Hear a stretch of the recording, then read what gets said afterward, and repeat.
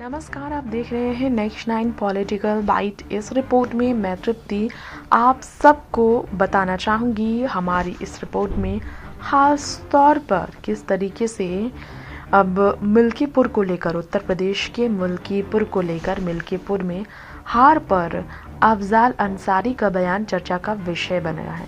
Samajwadi party सांसद अफजाल अंसारी ने Bharatiya Janata party की पूर्ण बहुमत के साथ मिल्कीपुर में जीत को लेकर अपना गुस्सा जाहिर किया और कहा, अगर सभी मिलकर चुनाव लड़े तो हरियाणा और दिल्ली का चुनाव जीते होते, यानी कि विपक्ष अलग अलग लड़ती नजर आई, इसलिए विपक्ष हार गई।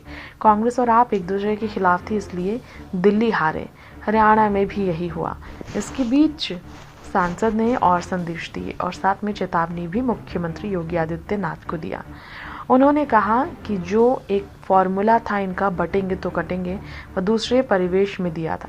यदि उसी नारे को विपक्षी दल के बड़े नेता चरितार्थ कर ले तो उसे भला होता। उन्होंने कहा था कि बटेंगे तो कटेंगे, लेकिन हम कटेंगे शब्द का प्रयोग नहीं कर सकते, लेकिन हम कह सकते हैं कि बटेंगे तो बटोगे तो पिटोगे।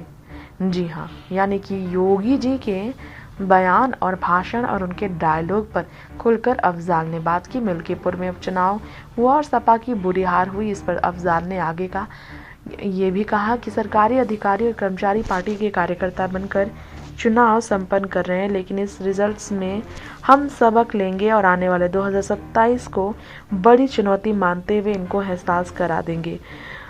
चुनाव आयोग ने बेईमानी नहीं किया होता तो महाराष्ट्र में 5 महीने में 40 लाख वोट बढ़ाया गया था। इसके अलावा हरियाणा दिल्ली का चुनाव जो जीते हैं ये सिर्फ बेईमानी से जीते, ये उनका कहना है।